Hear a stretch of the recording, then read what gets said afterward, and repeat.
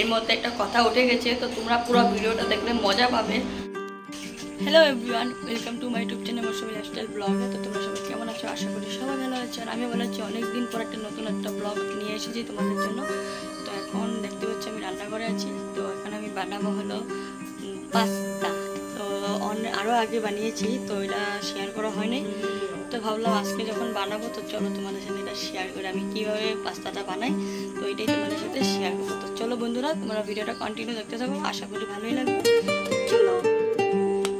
তো বন্ধুরা দেখতেই পাচ্ছ, এই যে আমি পাস্তার প্যাকেট ছিঁড়ে নিয়েছি। তো চলো এখন তোমাদের সামনে এখানে ঢেলে দিলাম কড়াইতে এখন।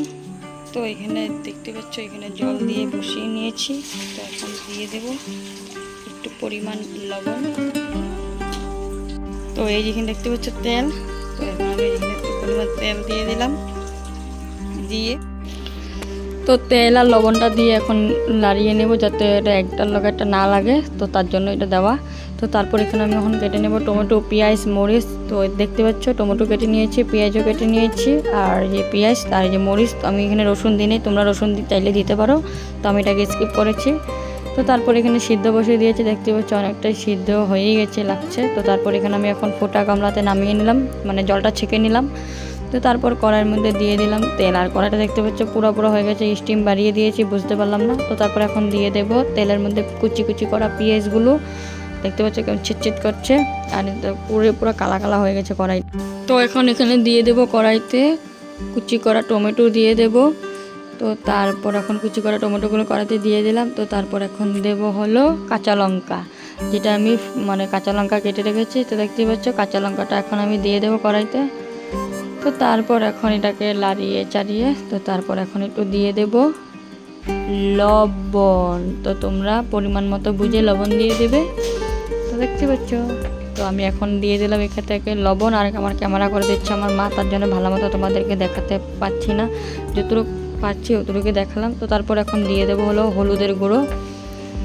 তো তোমরা এখন দেখতে পাচ্ছ আমি এখন হলুদের গুঁড়ো আর লবণ দিয়ে দিয়েছি। তো এখন এখানে লাড়িয়ে চাড়িয়ে এটাকে একটু মানে মজাবো, যত পর্যন্ত স্টিম কমিয়ে মজাবো এটাকে। আর আমি আগে অনেকবার মানে পাস্তাটা বানিয়েছি, তো এটার ব্লগ সারা হলে, তো ভাবলাম যে আজকে যখন বানাবো তো চলো তোমাদের সাথে শেয়ার করতে থাকি। জানি না তোমাদের কেমন লাগবে, আর আমি তো আমার মতো করে বানিয়েছি।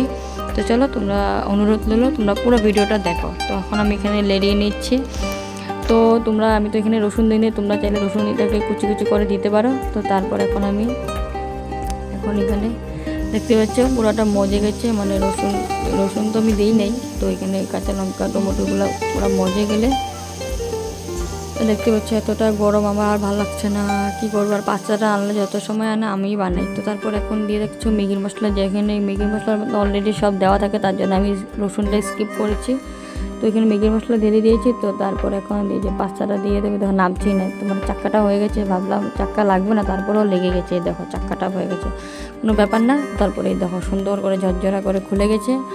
তো তারপর এখন সুন্দর করে এটাকে লাড়িয়ে চাড়িয়ে নেব। তো তারপর আরেক প্যাকেট ম্যাগি মশলা দিয়ে দেবো।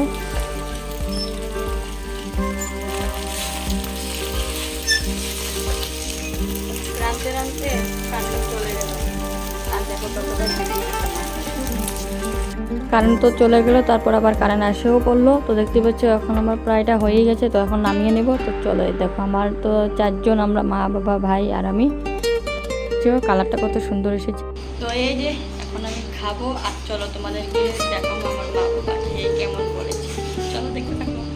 মা তোমার কিরকম লেগেছে খেয়ে? কিরকম লেগেছে খেয়ে?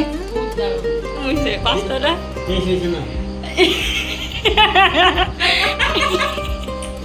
তো বন্ধুরা, এই যে পাস্তা এখন তোমরা তো খেতে পারবে না, তোমাদেরকে দেখিয়ে দিই। তোমরা এখান থেকে ঘরে বসে বসে খেয়ে নাও, আর আমি এখন টেস্ট করলাম। নিজের খাওয়া নিজে বলেছে, অনেক টেস্ট হয়েছে। তোমরা এইভাবে ঘরে বানিয়ে খেতে পারবে।